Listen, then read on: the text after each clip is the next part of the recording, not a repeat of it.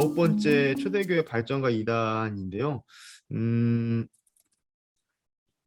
오늘은 아무래도 이 펜슬 전쟁에 대한 부분의 내용이 좀 될 것 같은데, 지난주에 속사도 시대에 활약했고, 또 속사도 시대의 것이라 추정되는 여러 문서들, 문헌들을 간략하게 개관식으로 좀 다루었습니다. 그래서 그렇게 보면은 이제 그 1세기 그리고 또 2세기까지 좀 넓게 보면은 그렇게 봤을 때 우리가 이제 그 교부라고 말할 수 있는, 통상적으로 교부라고 할 때는 그런 분들이 해당이 된다라는 얘기도 제가 들었는데, 이제 여기 속사도 교부를 지난주에 살펴본 거죠.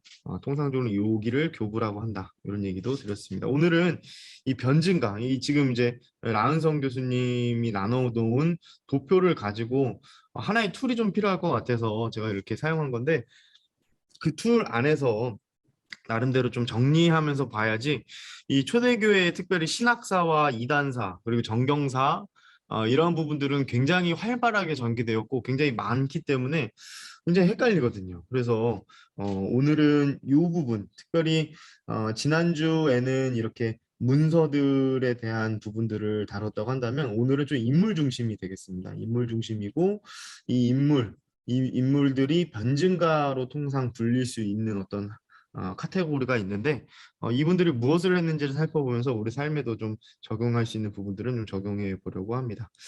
또 지난주에 이제 여러 또 큰 밑그림들을 그렸는데, 로마, 콘스탄티노플, 안디옥, 예루살렘 교회, 이런 교회들, 또 교부가 무엇이고 감독이 무엇이고 뭐 이런 얘기들 정신없이 쏟아냈던 것 같아요.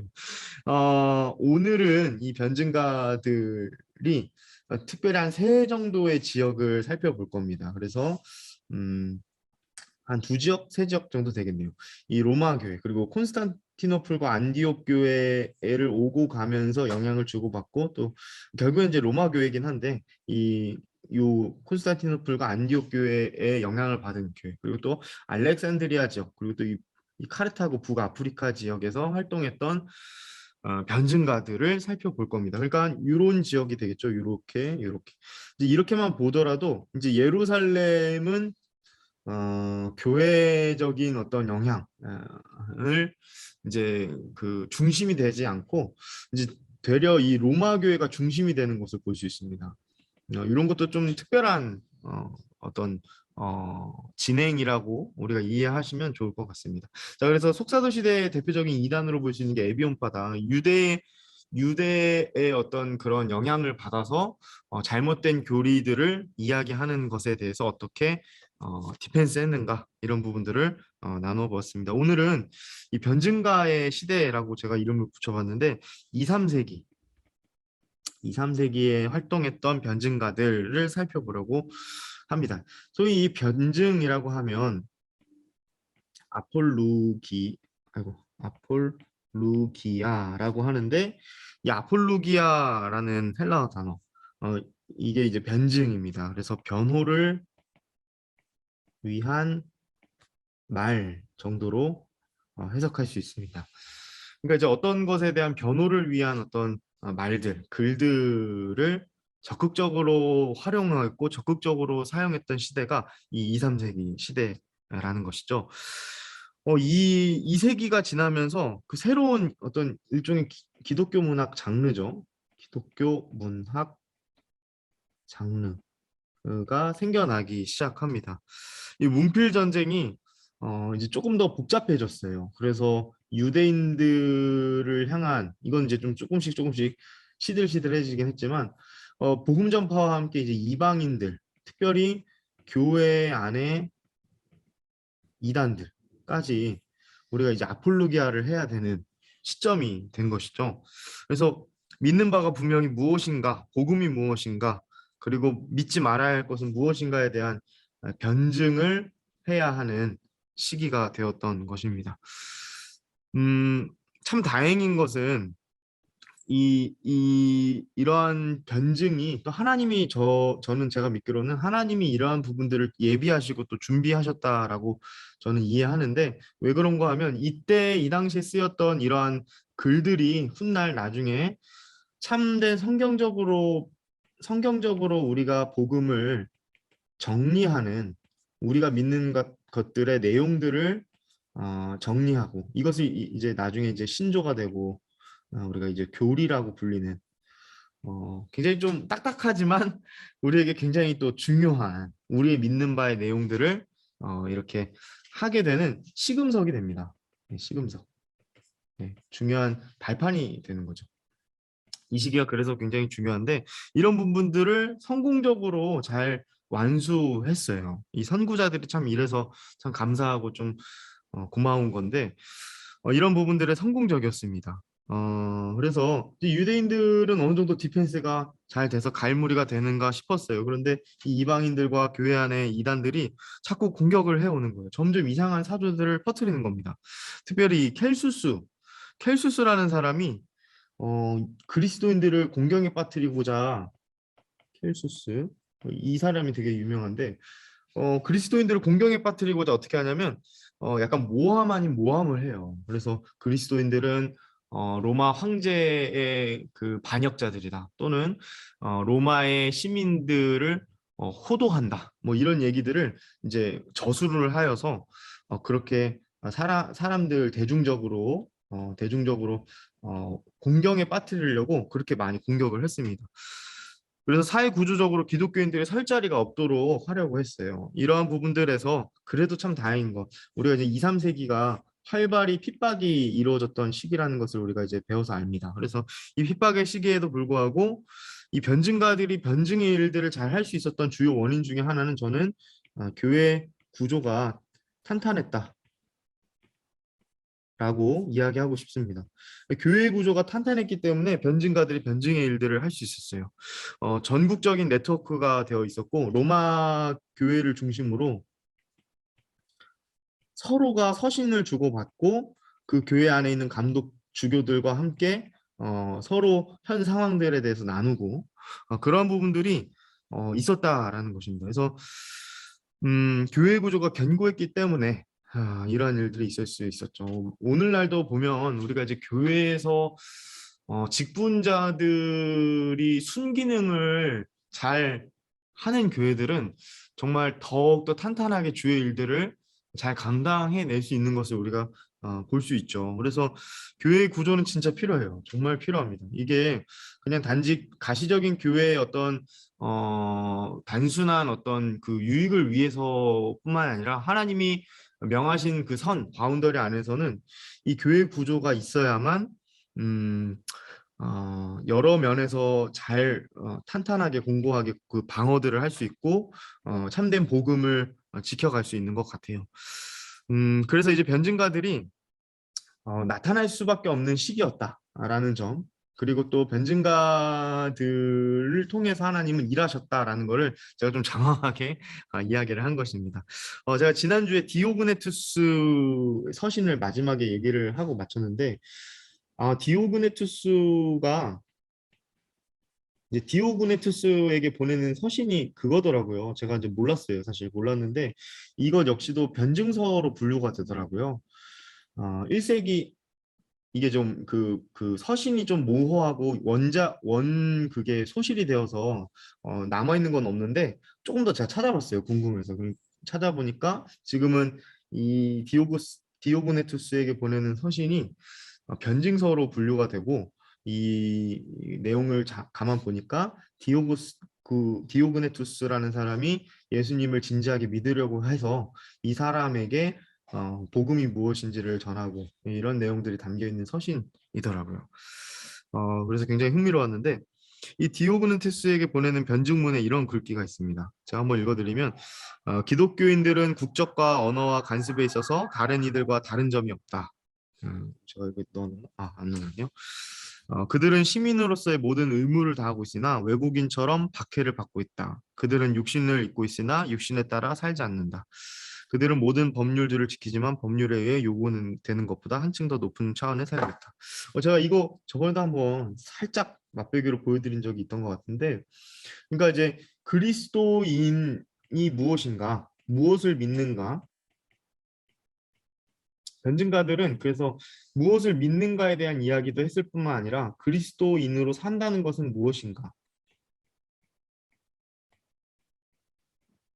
이 두 가지를 진지하게 고민하고 이야기하려 했다라는 것입니다. 그래서 우리가 조금 변증가에 대한 오해가 무엇이냐면, 그냥 뭐 팔자 좋게 이렇게 교리에 탐구하고 교리에만 집중했던 사람으로 우리가 이해하기 십상인데, 네, 그렇지 않고요. 무엇을 믿는지에 대한 그 중요함, 그리고 또 실제로 그렇게 사는 삶은 무엇인지에 대한 어, 그 총체적인 어떤 변증을 했다라는 것으로 우리가 좀 수정해서 좀 이해할 필요가 있습니다. 변증가로 기억되는 첫 출발점은 그렇다면 어디일까요? 이제 사람마다 또 이것도 다 다르더라고요. 제가 이거 찾아보느라 좀 애 좀 먹었는데, 이제 한 125년, 약 125년에 콰드라투스라는 사람이 있습니다.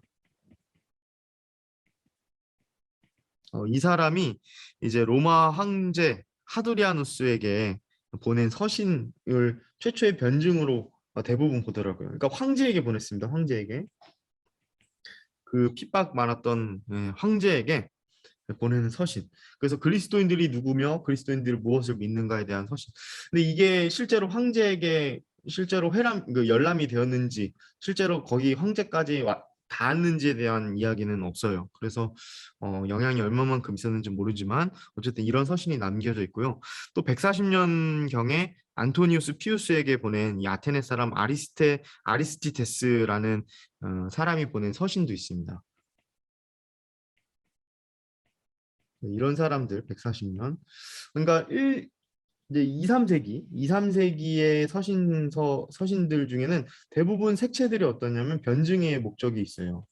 복음이 무엇인지에 대한. 그리고 또 169년, 180년 사이에 글을 썼던 사리디스의 멜리토, 그리고 또 177년에 그리스도인들을 위한 탄원을 저술한 이 아테나고라스, 뭐 이런 사람들. 이런 사람들이 이제 변증가들로 많이 기억이 되는데, 그 중에서도 우리가 변증가라고 하면 이 유스티누스를 손에 꼽습니다. 이 사람의 저술과 이 내용들이 제일 많이 회자됩니다. 그래서 이 저스틴 순교자로도 기억되는 저스틴, 이 사람이 이제 변증가의 어떤 뭐랄까요, 그 가장 유명한 인물인 거죠. 유스티누스는 진정한 철학을 찾고자 참 지식을 찾으려고 굉장히 노력을 많이 했대요. 그래서 여러 길들을 찾다가 한 노인을 만납니다. 트리포라는 사람을 만났는데, 이 트리포를 만나니까 이 사람의 삶인 유대인 트리포라는 사람인데, 이 사람은 그리스도인이었어요. 노인이었고. 근데 이 사람과 나눴던 대화에 이 사람의 기품과 이 사람의 학식과 이 사람의 교양에 일단 매료가 됩니다. 그리고 그 사람이 전하는 그리스도에 대한 이야기를 듣고 이 사람이 하게 되었어요. 그래서 자신이 하게 된 계기들까지도 저술로 본인이 직접 글을 써서 이야기를 하고 있는데요. 그 이야기들이 지금도 남겨져 있어서 여러 교부들과 후대 그 신학자들에게 회자가 되었습니다.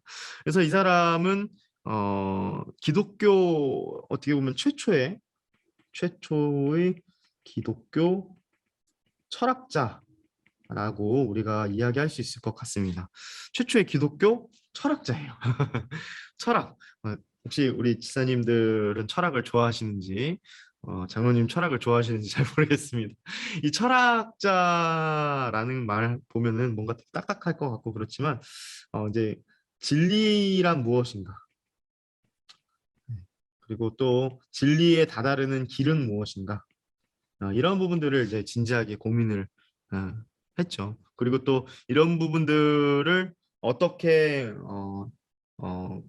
다룰 수 있는지에 대한 어떤 그런 논리적인 부분들을 체계적으로 이야기해야 했다고 해서 우리가 기독교 철학자, 변증가, 변증가 중에서도 기독교 철학자라고 부를 수 있을 것 같습니다. 또 그 이제 신학계에서는 또 이런 얘기도 해요. 제가 이제 공부할 때도 순교자 유스티누스가 배경이 있다. 어떤 배경이 있느냐 보면은 이 사람이 회심하기 이전에 여러 수준의 굉장히 높은 수준의 고전과 이 학문을 배웠다. 고전 학문들을 배웠다. 철학을 공부했다. 이런 부분들을 바탕으로 배경으로 예수 그리스도를 어떻게 변증했는지로 이것을 학문을 체계화했다.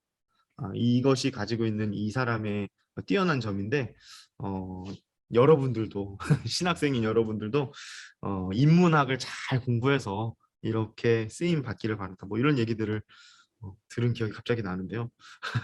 이 신앙을 변증하는 일에 그러니까 이 어떻게 보면 이교 문학이죠. 이교 문학이라 부를 수 있는 부분을 배척하지 않고 이 부분이야말로 여기서 나와 있는 무릎을 탁 치게 되는 어떤 그런 뛰어난 철학들이 알고 보면 다 하나님 것이다.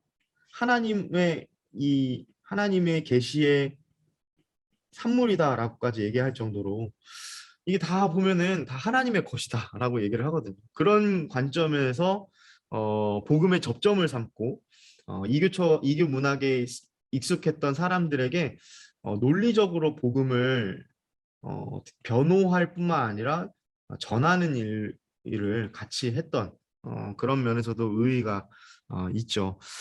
그래서 이 사람의 책 중에 대화라는 책이 아까 제가 얘기했던 그런 이야기인데 유대인 트리포와의 대화 이런 이 얘기의 책을 보면 구약의 율법 그리고 또 고난당하신 그 인간의 몸을 입은 예수 그리스도를 우리가 어떻게 구세주로 믿을 수 있는가에 대한 이 두 부분을 좀 적어볼게요. 구약의 율법, 예수 그리스도를 우리가 어떻게 이해하고 믿을 수 있는가에 대한 이 접근들을 논리적으로 살펴볼 수 있는 아주 중요한 책이 됩니다.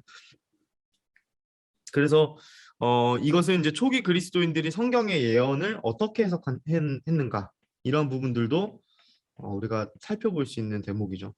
뭐 일단 결론부터 얘기하면 우리가 지금은 조금 받아들이기 어려운 해석들도 굉장히 많습니다. 예를 들면 과한 알레고리 해석, 너무 그 뭔가 비유로만 자꾸 상징적인 것으로만 해석하려는 어떤 그런 부분들이 좀 있죠. 그렇지만 초기 그리스도인들이 어떻게 이 말씀을 신구약을 해석하였는가 실질적인 고증이 되는 책이 이런 대화의 책이 있는 것이죠. 그래서 이런 책들이 나중에 영향을 많이 줍니다. 특별히 이제 알렉산드리아 학파에도 굉장히 영향을 많이 주는데 이 유스티누스는 순교하기까지 자신이 이게 살아생전 저술했던 이 저서가 나중에 이레니우스 조금 더 살펴볼 겁니다. 이레니우스 그리고 또 히폴리투스는 제가 한번 언급드린 적이 있죠. 카톨릭에서는 별로 중요하게 여기지 않고 의도적으로 많이 삭제하는데 이레니우스의 제자입니다. 히폴리투스에게도 영향을 주고 제롬, 포티우스 뭐 이런 사람들까지 영향을 많이 준 것으로 보입니다. 그러니까 유스티누스라는 사람이 굉장히 영향력이 있었던 것을 알 수 있죠. 유스티누스는 그리스 로마 식민지 플라비아 네아폴리스라는 곳에서 태어납니다. 여기는 어디냐면 사마리아 세겜 인근인데요. 이 사람은 유대인 트리포와의 대화라는 저술에서 어떻게 핵심화했는지를 기술합니다. 유스티누스는 그 감독인 그 직분을 갖고 있는 사람인지 아닌지에 대해서는 좀 이견이 있습니다. 그 사람이 뭐 장로였다라는 주장을 한 사람도 있는데 여기에 대해서는 좀 왈가왈부가 있는 것 같아요. 그래서 대부분은 평신도 사역자라고 봅니다. 평신도 사역자. 그렇지만 뭐 카톨릭이나 여러 후대 사람들은 또 아니다 이렇게 보는 그런 경향이 있습니다. 그래서 이거는 좀 이견이 많아서 저도 여기까지만 얘기할 수 있을 것 같아요. 이 사람은 그래서 자신에게 하나님이 주신 사명이 무엇이라고 봤냐면 복음을 변증하고 이 길로 들어서도록 하는 일이라고 믿었던 것 같아요. 그래서 이렇게 얘기했습니다. 진리를 전파할 수 있으면서도 그렇게 하지 않는 사람은 누구나 하나님께 심판을 받는다. 자신의 중요한 사명으로 알았습니다. 그러니까 알겠어요. 아이고.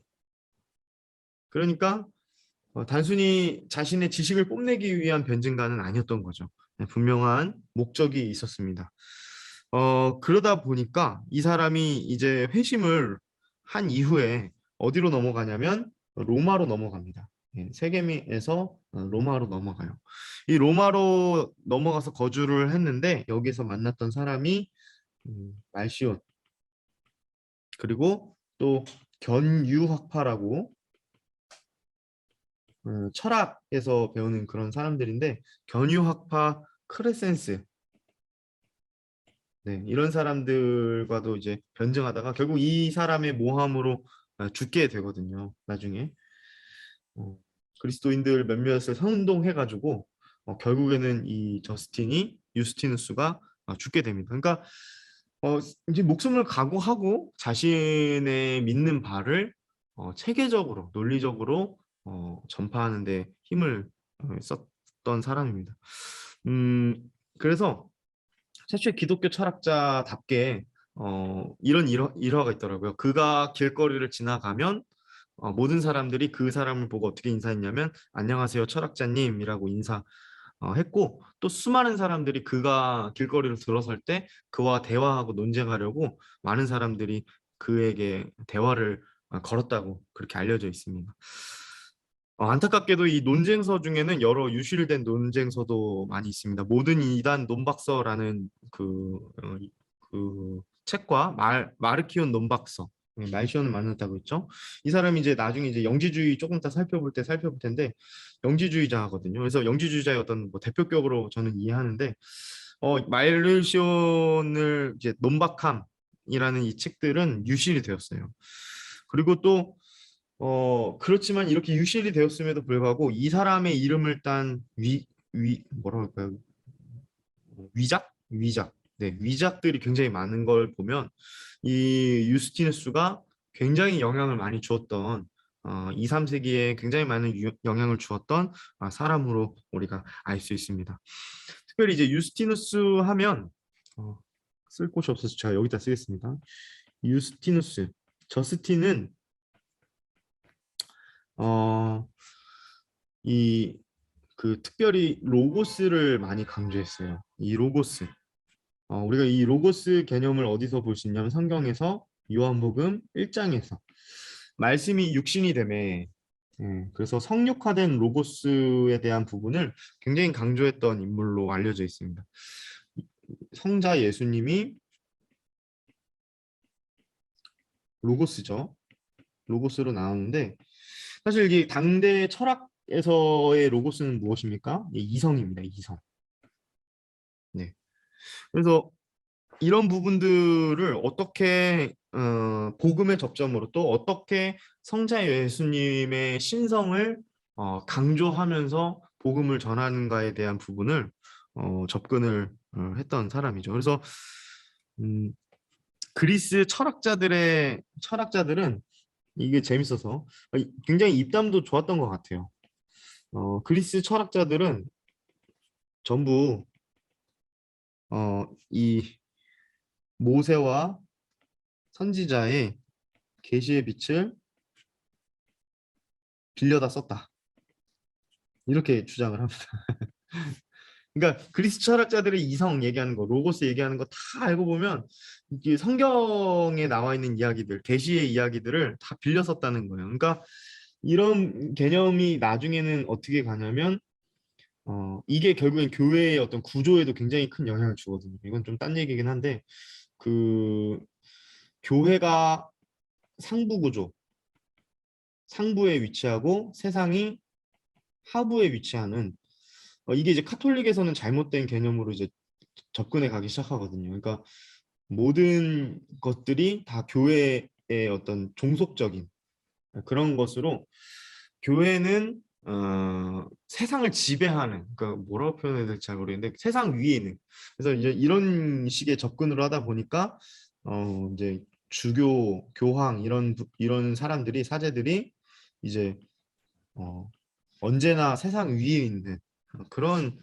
위치로 가게 되는. 그러니까 이게 사실은 다 영향이 없다고 말할 수가 없어요. 그래서 이런 부분들, 기독교가 유일한 진정한 철학이다라고 얘기했던 부분도 어디까지나 이 당시에는 복음을 전하는 접점으로 우리가 좀 그 시대의 렌즈로 볼 필요가 있는 것 같아요. 제가 무슨 말씀을 드리는지 제가 잘 전하고 있는지 잘 모르겠는데 참 이 말을 잘 못해서 그래서 복음의 접점의 개념에서 이런 얘기들을 했고 항상 당신들이 말하는 그 높디 높은 학문들보다 기독교가 항상 위에 있어라는 얘기들을 하면서 복음을 변호한 이러한 모습을 봅니다. 이러다 보니까요. 철학자들의 이야기들을 그러니까 아예 폐기한 것은 아니었죠. 그러다 보니 그리스 철학자 중에서도 플라톤이 어떤 걸 많이 얘기하냐면 빛을 많이 얘기해요. 이게 지식의 빛, 어떤 단계. 그래서 동굴부터 시작해가지고는 이렇게 단계적인 어떤 그 얘기들을 많이 하고 물질의 존재에 대해서도 어, 그 비물질로 나아가는 더 보다 높은 어떤 차원의 세계들을 이렇게 얘기를 하거든요. 이데아. 그래서 이데아를 많이 얘기하고요. 이런 거 가만 보면은 플라토 철학인데 굉장히 성경스러운 이런 모습들이 얼추 있거든요. 그러니까 이런 부분들을 유의 깊게 봤던 것 같아요.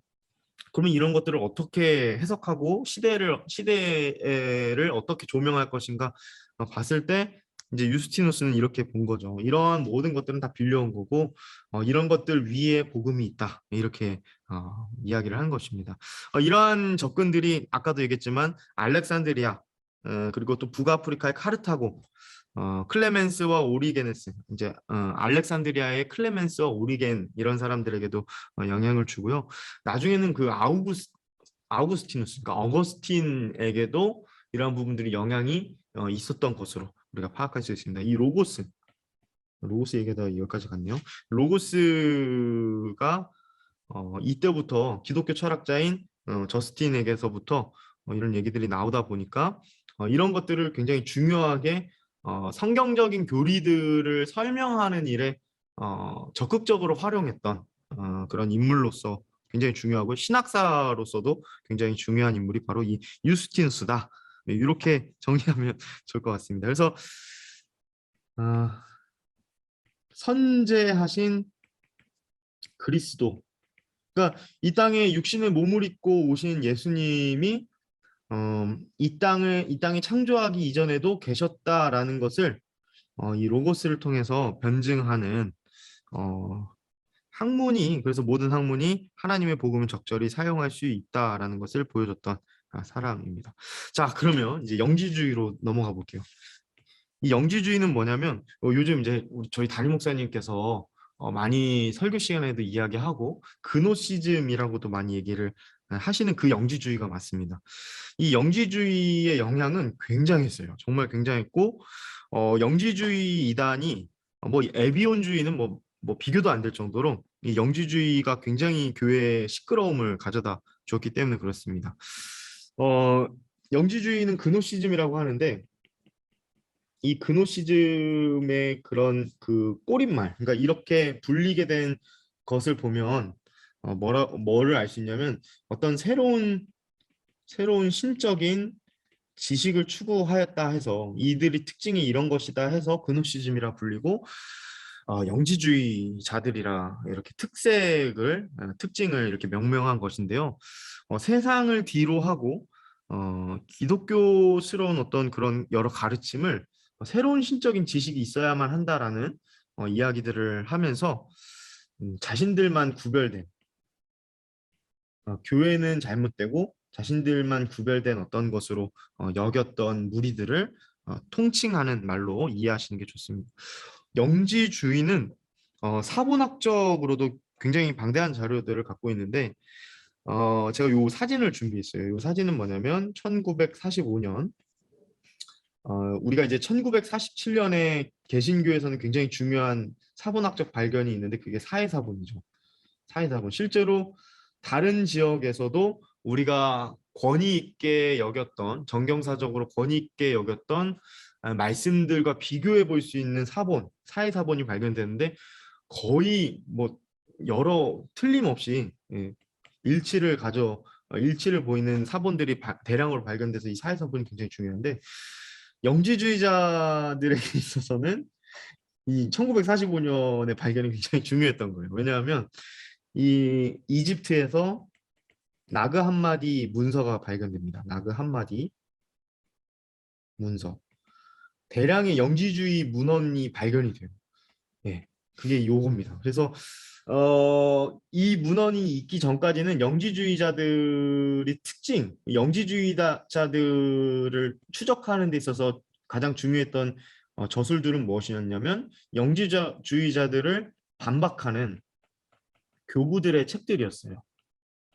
근데 실제로 1945년에 영지주의자들을 대표할 수 있는 문헌들이 발견이 된 겁니다. 그래서 1945년이 굉장히 중요한데 영지주의자들이 이 주장하는 바들이 실질적으로 자신들이 직접 주장하는 걸 여기서 찾을 수 있었으니까요. 근데 보면 기원을 찾기가 어려워요. 기원이 미궁입니다. 어, 어디부터 시작이 되었는지의 갈래를 좀 유래를 좀 우리가 좀 찾기는 좀 어렵다. 다만 초대교부 그리고 또 후기교부 이렇게 그냥 제가 통칭해 보겠습니다. 초대교부들은 대부분 뭐라고 얘기했냐면 사도행전 8장 시몬 마구스 이 에비온파 때 다뤘던 이름 또 나왔네요. 그죠? 시몬 마구스부터 시작되었다라고 보는 견해가 대부분이고요. 후기 이레니우스, 터툴리안, 히폴리투스 뭐 이런 사람들은 아니다. 영지주의자들은 헬라 철학의 잘못된 헬라 철학의 잘못된 영향을 받아서 나왔던 사람들이다. 라고 이 영지주의 이단의 주요 근원을 이렇게 기원을 좀 달리 얘기를 합니다. 어쨌든 중요한 것은 기독교의 진리에 새로운 지식을 가미해서 결합시킨 혼합주의, 짬뽕입니다. 짬뽕. 예. 네. 자꾸 딴 얘기하고 싶어서 제 입에 재갈을 물리려고 하고 있습니다. 자, 그래서 영지주의는 어쨌든 짬뽕을 얘기했다라는 거죠. 영지주의의 주요 골자는 두 개의 세상이 있다고 얘기를 해요. 두 개의 세상. 두 개의 세상 뭐냐면 하나는 물질적인 세상, 그리고 또 유대교적인 세상이 있고 다른 하나는 영적인 세상, 그리고 이제 예수님 이후에 새로운 몸과 새로운 그 세계를 말하는 새 창조를 말하는 세상이 있다라고 얘기를 해요.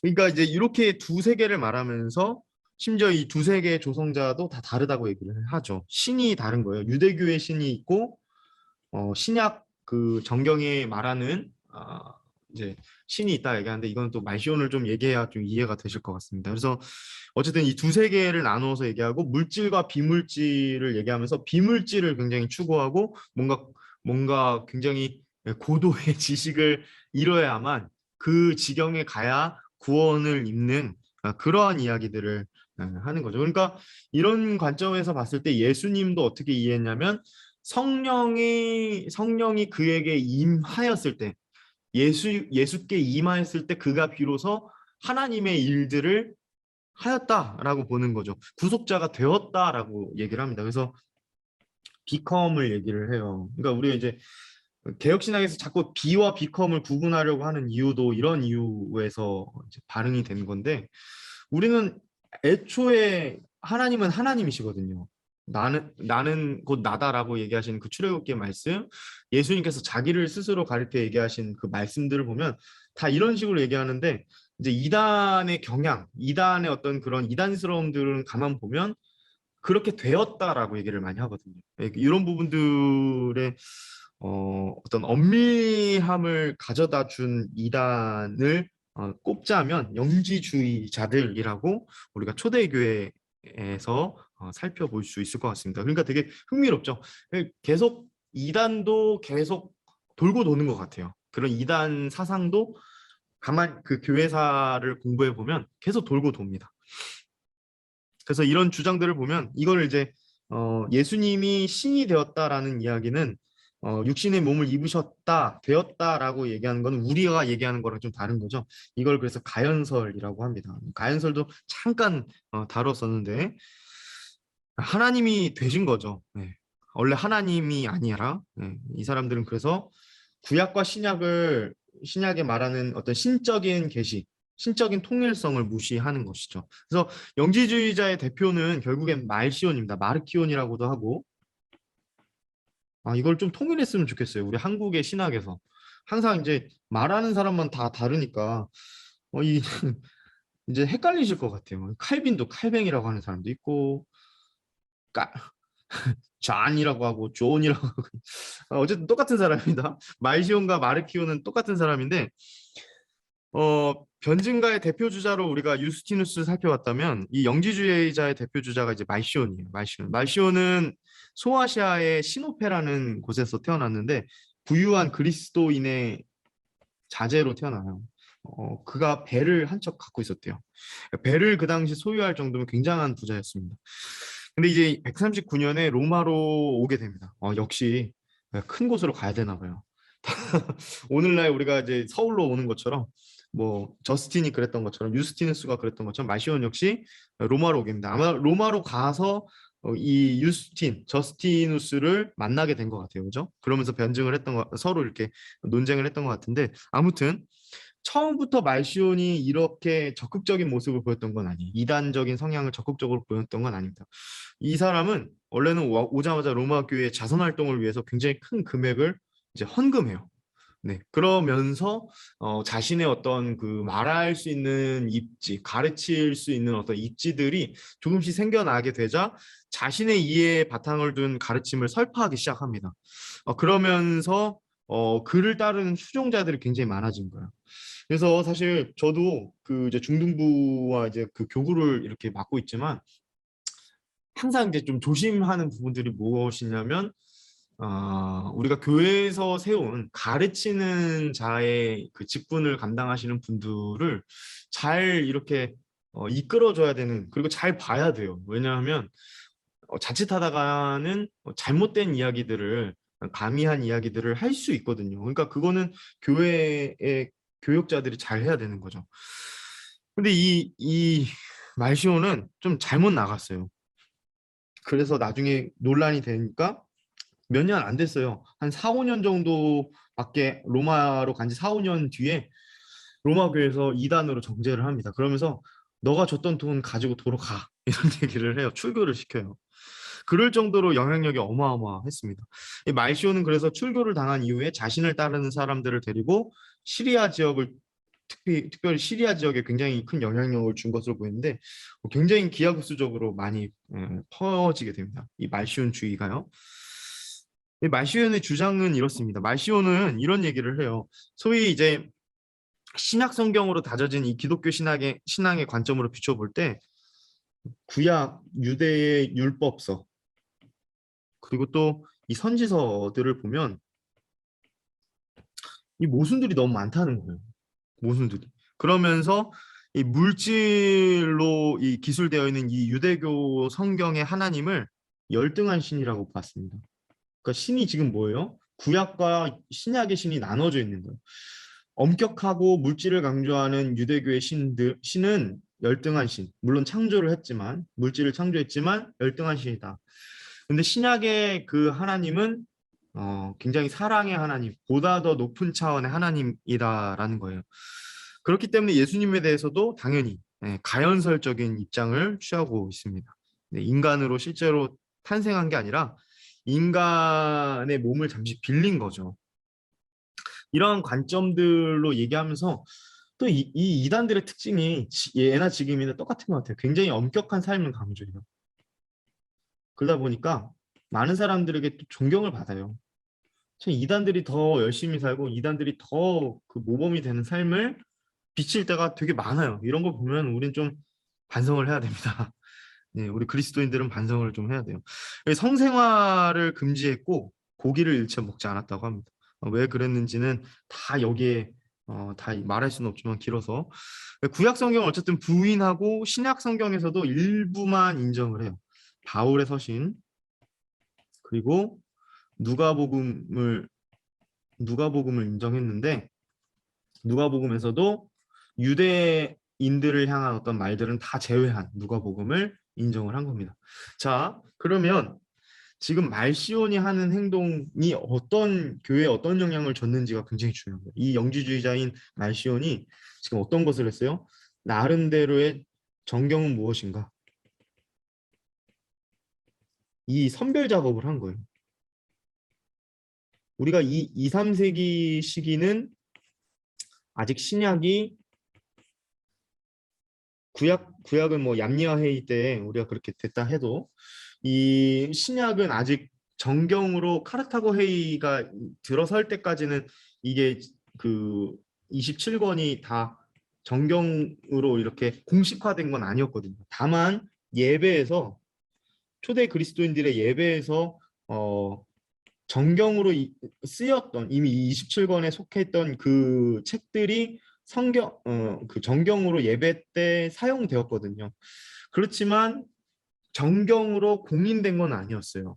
네, 이런 시점에 있다는 걸 우리가 고려해 봤을 때 이 말시온이 행했던 이 일은 굉장히 큰 교회에 반향을 줬습니다. 바울 서신만 믿고 누가복음 그리고 다 지금 보시면 아시겠지만 유대 색채를 다 빼려고 해요. 그죠? 유대 색채를 지독한 유대 그거를 되게 혐오했던 것 같아요.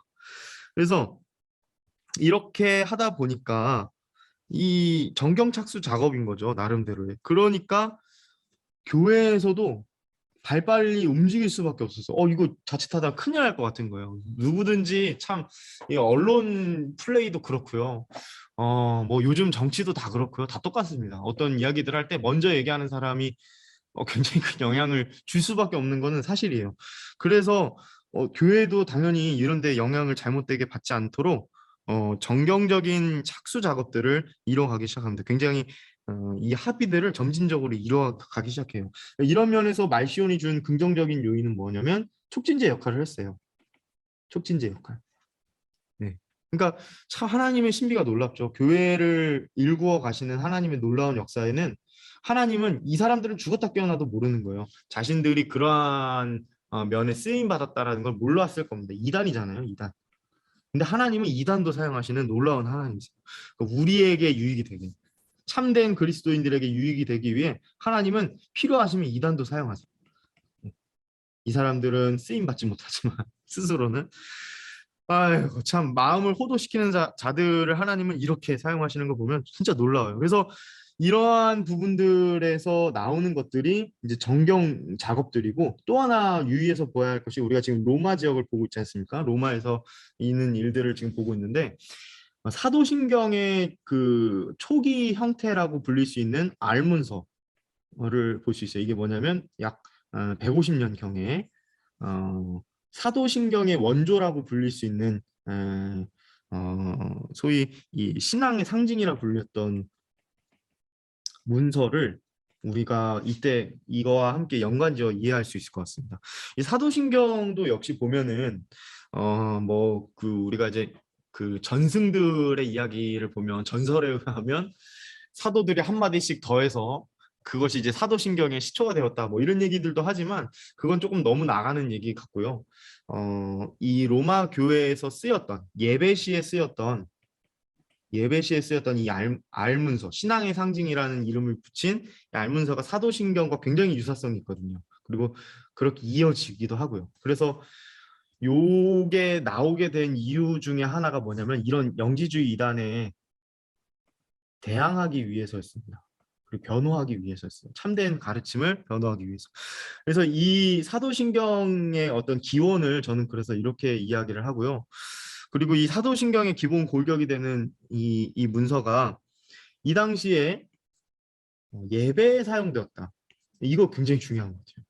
그러니까 지금 우리가 또 놓칠 수 있는 부분 포인트가 뭐냐면 되게 딱딱하잖아요. 이 뭐가 뭐 서로 자기들끼리 싸우고 뭐 이런 게 왜 그렇게 중요하냐 보면 가만 보면 이게 지금 예배에 사용할 수 있는가? 사용할 수 없는 이야기인가? 이게 가르침이 교회에서 사용될 수 있는가? 예배 생활에 사용될 수 있는가 없는가? 이런 것들을 판단을 해야만 했기 때문에 그렇습니다. 이런 부분들이 그래서 활발하게 이루어질 수밖에 없었고 교회는 발빠르게 움직일 수밖에 없었던 것이죠. 그래서 세례교육 때 사도신경의 그 기본 골격이 되는 이 로마 신경이라고도 하고 알문서라고도 하는 이것이 사용되었다라는 것을 우리가 좀 깊게 생각해 보면 굉장히 큰 은혜가 돼요. 우리가 믿는 바가 무엇인가? 특별히 성자 예수님에 대해서, 그렇죠? 성자 예수님.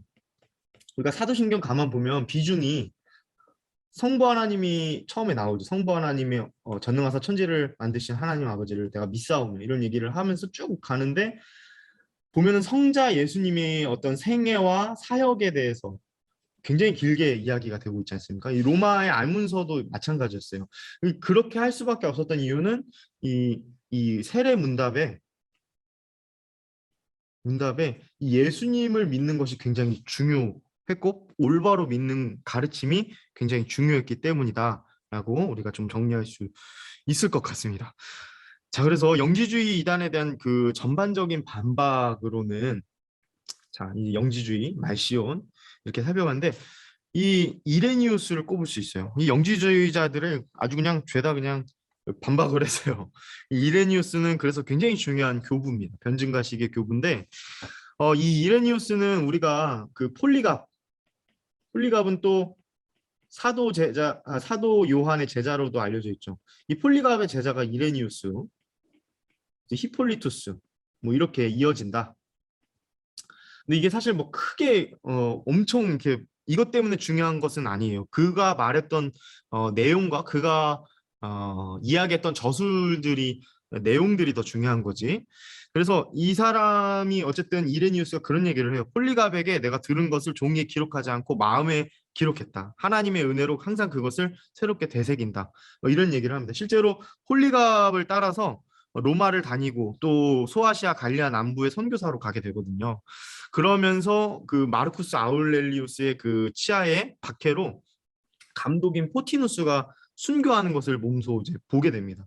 그래서 이제 본인도 장로의 신분이었기 때문에 이 이레니우스가 사실은 이제 어떻게 보면 같이 순교할 뻔했는데 하나님이 남겨두신 어떤 사명이 있어서 이렇게 그 잠시 피신하였고 나중에 프랑스 리옹이라는 곳에서 감독으로 승계를 합니다. 그리고 나서 나중에 이 이레니우스도 역시 순교하게 되거든요. 그러니까 이 사람이 가지고 있는 교회사적인 유산은 진짜 이루 말할 수 없습니다. 왜냐하면 동서방 교회의 어떤 분열적인 조짐들을 중재하려는 시도를 했어요. 굉장히 이것은 중요합니다. 나중에도 보면 늘 그렇듯 분열을 중재하는 거 진짜 쉽지 않아요. 아유, 진짜 지금도 우리 그 한국에서도 마찬가지고요. 그러니까 이런 일들에 시도를 했다는 거. 그리고 또 변증가인데 좀 독특해요. 독특한 변증가입니다. 왜냐하면 성경을 많이 인용해요. 특별히 신약 성경. 신약 성경이 굉장히 능통했어요. 그러니까 또 다시 한번 말씀드리면 이때는 정경화된 공인화된 시기가 아님을 기억할 때 이 사람이 자꾸 인용했던 신약 성경들을 보면 굉장히 중요한 것이죠. 그래서 이 사람이 어떤 영지주의자를 이렇게 다루냐면 발레리누스 뭐 이런 사람들 그리고 또 여러 이단들을 논박을 합니다. 그래서 기독교 신앙의 굉장히 이 두터움을 어, 굉장히 잘 이렇게 체계적으로 이야기한 사람으로 알려져 있습니다. 음, 특별히 이제 신약 성경에서도 사복음서를 다 인용해요. 네, 이런 부분들도 우리가 간과할 수 없죠. 그리고 특별히 이렇게 얘기하면서 변증의 그 방법이 되게 흥미로운데요. 뭐냐면 아까 주요 골자가 무엇이었습니까? 영지주의는 구약과 신약을 의도적으로 좀 다르게 보려고 한다고 했어요. 그런데 이 변증가인 이레니우스는 어떻게 보냐면 하나님께서 이 구속사, 이 구속사적 이제 경륜이라고 하는데 하나님이 어떻게 구원의 과정을 이루어 가시고 완성해 가는가 이것이 끊기지 않고 하나님이 이것을 끝까지 이루신다라는 것입니다. 그래서 신구약 성경의 통일성과 전체적인 흐름을 저술을 통해 논증한다는 점에서는 굉장히 중요한 인물로 보입니다. 이렇게 봤을 때 가연설도 당연히 네, 반박할 수 있는 거죠. 그래서 무슨 얘기를 하냐면 참 하나님, 참 사람이다.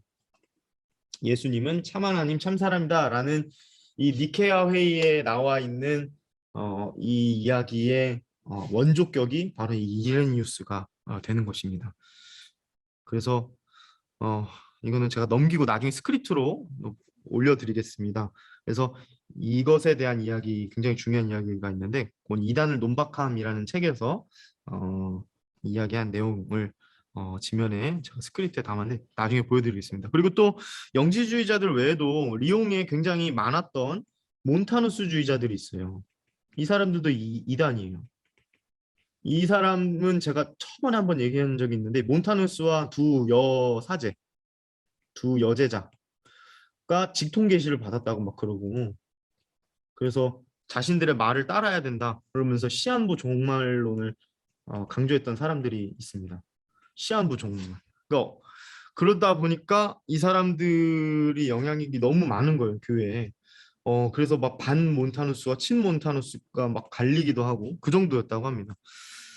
그래서 이 사람들을 또 논박하는 저술도 하게 됩니다.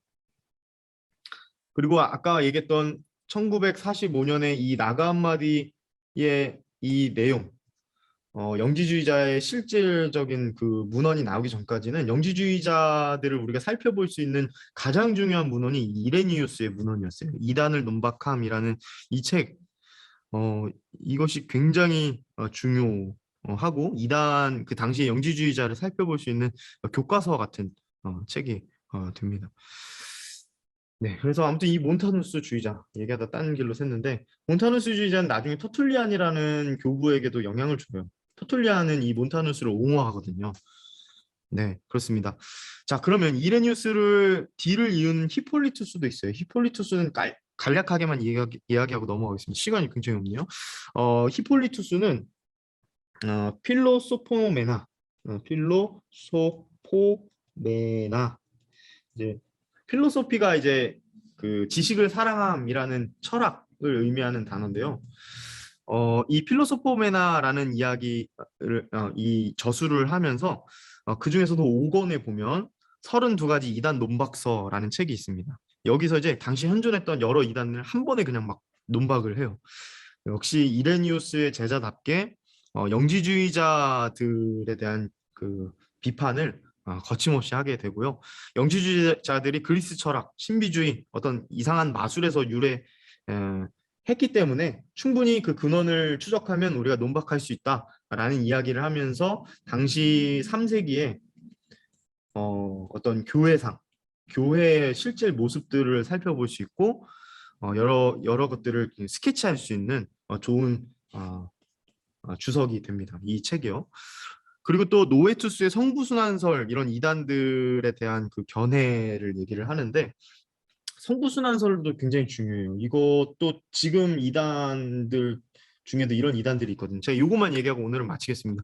아유 토틀리안이랑 저 알렉산드리아 저 클레멘트 오리겐 얘기해야 되는데 이거는 제가 다음 주에 마지막 시간 때 좀 다루고 왜냐면 중요한 부분 또 얘기를 하고 넘어가야 될 것 같아요. 성부고난설은 무엇이냐면 이제 히폴리투스가 이거를 이제 반박한 겁니다. 이 이단적인 견해를 뭐냐면 성부순환설이라고 하는데 이걸 뭐냐면 이것도 두 가지로 나뉘긴 하는데 주요한 그 성부고난설은 뭐냐면 성부, 성자, 성령이 본질적으로는 하나다.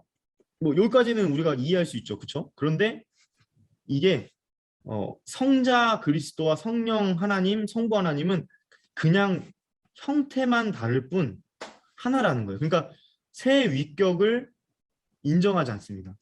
서로 우리는 3위에 3 in 1인데 이거를 인정하지 않는 거예요. 삶을 인정하지 않는 거예요. 새 위격을 인정하지 않는 거예요. 그러니까 그때그때마다 다른 거죠. 그러니까 성부 하나님이 성자 예수님과 똑같은 거예요.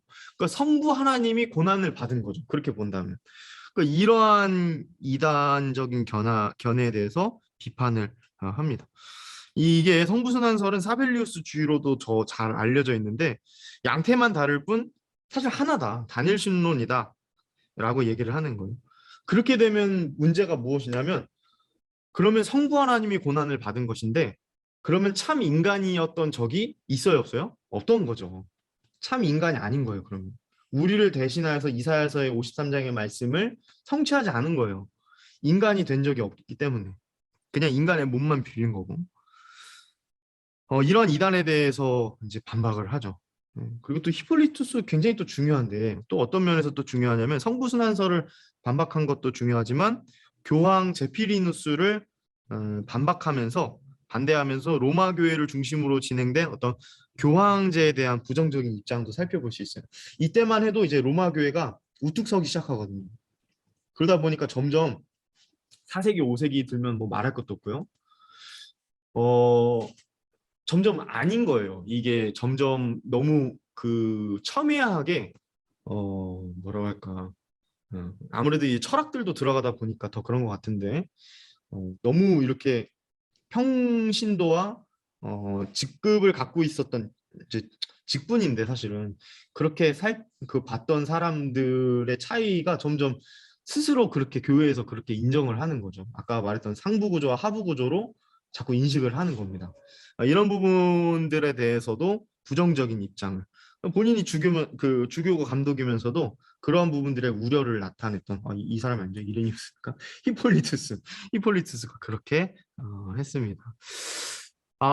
네. 그래서 이제 오늘은 요 정도. 이제 터툴리안은 카르타고 우리 또 알렉산드리아 이렇게 살펴보면 제 생각에는 2, 3세기의 주요 교부들을 살펴보는 것으로 만족할 수 있을 것 같아요. 이제 요거는 다음 주에 이어서 살펴보도록 하겠습니다. 네, 저 또 묵장 모임이 바로 있어서 오늘 또 기도하고 바로 마치도록 하겠습니다. 하나님 감사합니다. 오늘도 부족한 종의 입술을 통해서 하나님 실제로 그 당시 교회에 하나님께서 일하셨던 모습들 그리고 또 곳곳에서 도사리고 있었던 여러 위협들을 살펴봤습니다. 하나님 지금도 주님의 교회를 주님께서 돌보시고 우리가 정말 아닌 것에 대해서는 아니다라고 얘기할 수 있는 용기를 주시고 하나님 여러 그릇된 주장들 그리고 또 교회의 일치와 복음의 참 진리가 전파되는 것을 가로막는 여러 세속적인 움직임들을 주님께서 막아주시사 우리 목동제일교회를 주님께서 강하게 붙들어 주시고 아버지 하나님 변증가들의 문필적인 투쟁을 우리가 살펴보았는데 하나님 우리도 역시 그렇게 지켜온 소중한 유산들 참된 교리들을 잘 간직하고 사도신경들과 이런 주님이 주신 지금까지도 전통으로 남게 하신 여러 중요한 것들을 잘 간직하여 우리가 교회를 잘 가꾸어가고 하나님의 나라를 잘 확장해 나가는 저희들 되게 하여 주시옵소서. 감사합니다. 예수님의 이름으로 기도합니다. 아멘. 아멘.